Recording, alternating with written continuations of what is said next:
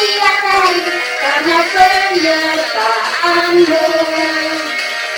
Kesetiaan Yesusku, ku jadi seperti ini, berharga di matamu, menciptakan baru. Kita akan mendengarkan firman Tuhan. Sebelumnya kita akan mengangkat pujian. Lipat tanganmu dulu dan tutup matamu. Kita angkat pujian. Tuhan Yesus Ahad.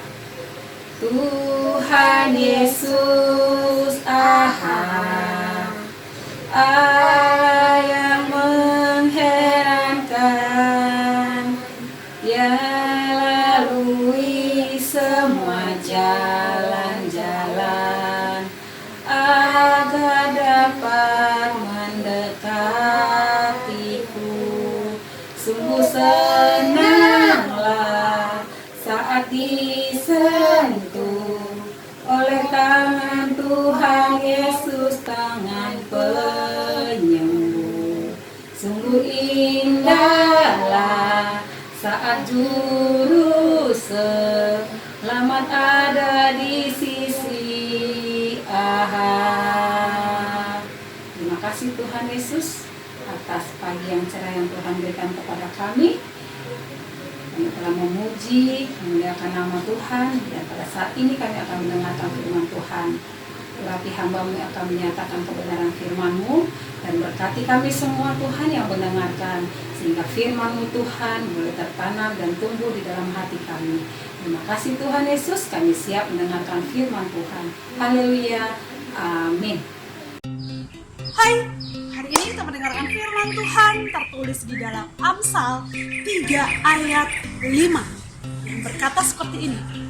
Percayalah kepada Tuhan dengan segenap hatimu dan janganlah bersandar kepada pengertianmu sendiri.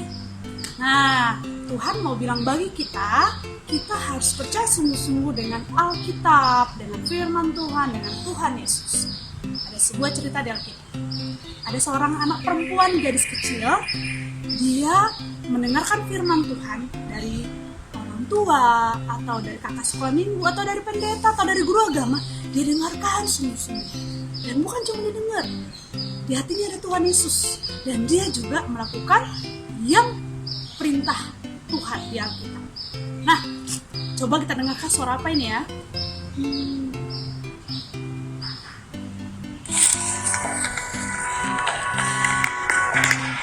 Suara apa itu ya?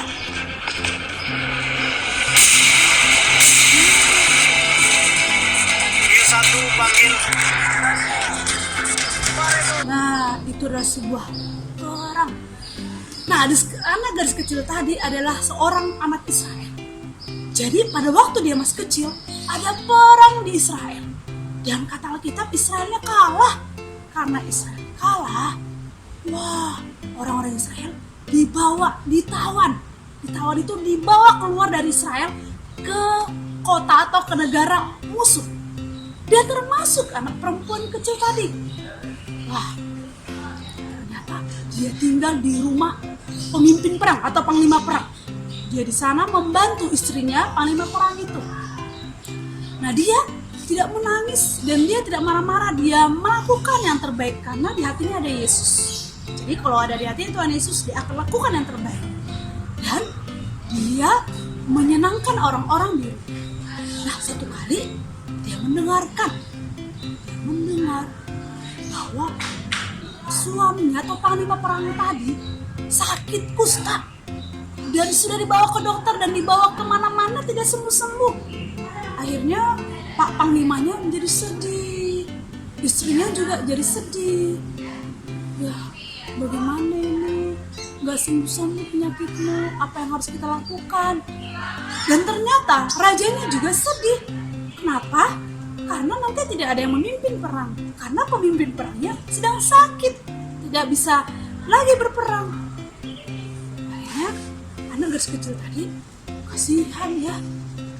Wah, saya kasih tahu aja bahwa ada Tuhan di Israel yang bisa menolong dia. Walaupun saya sudah dibawa dari Israel. Saya harus tetap berbuat baik. Saya tidak boleh membalas yang tidak baik. Nah, aku mau menyenangkan hati Yesus. Dia pun berbicara, Nyonya, mendingan bawa aja Tuan Panglima ke Israel. Mau ngapain anak gadis? Kata istri Panglima. Di sana ada Tuhan. Tuhan itu dipercaya oleh seorang nabi, dan nabi itu bisa menyembuhkan seseorang. Pasti deh sembuh. Bawa saja Tuhan dia ke Israel. Gimana ya? Udah, karena perkataanmu membuat saya yakin pasti suami saya Panglima akan sembuh. Lalu akhirnya Panglima pun mengajak prajurit ke Israel. Adik-adik tahu apa yang terjadi? Ketika dia pergi ke Israel, dan dia pun menemui Nabi Elia, dan dia melakukan perintah Nabi Elia. Beneran, hanya mandi di sungai Yordan, dia menjadi sembuh. Tapi karena dia taat dan percaya kepada Tuhan bisa menyembuhkan dia. Dan akhirnya Panglima perang tadi dan prajuritnya pulang ke negerinya dan sembuh. Wah, kira-kira senang gak ya? Kira-kira raja senang gak ya?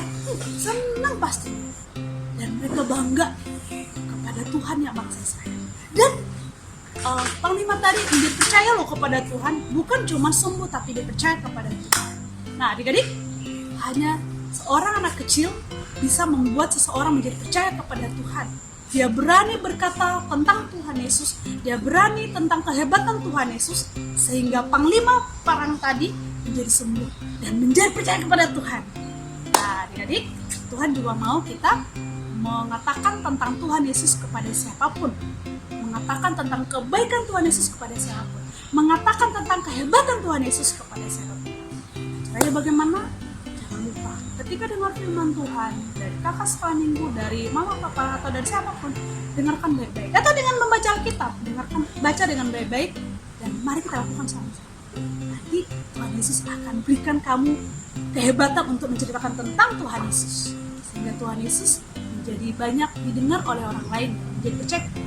Oke, adik-adik, walaupun di rumah, kita melakukan segala hal di rumah, tetap semangat. Ada Tuhan Yesus yang menolong kita, karena dia adalah Allah yang hebat. Dia yang mati buat kita, dia yang bangkit menebus dosa kita. Oke, Tuhan Yesus memberkati. Tapi sebelumnya kita berdoa, lipat tanganmu. Yesus yang baik, kami sudah mendengarkan firman Tuhan. Tolong kami supaya berani seperti anak gadis kecil tadi, bahwa Yesus benar-benar hebat dan akan melakukan hal yang luar biasa jika kami sungguh-sungguh percaya kepada-Nya. Terima kasih Tuhan Yesus, tolong saya supaya berkata tentang Yesus kepada siapapun dengan berani. Dalam nama Tuhan Yesus kami berdoa.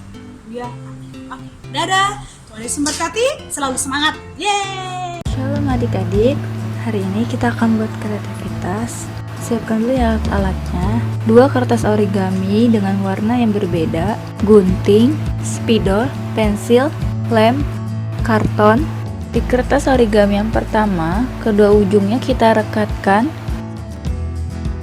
lalu kita pipihkan. Pada bagian bawah, sisi kiri dan sisi kanan kita gunting sedikit. Lalu di kertas yang pertama kita lipat dan digunting.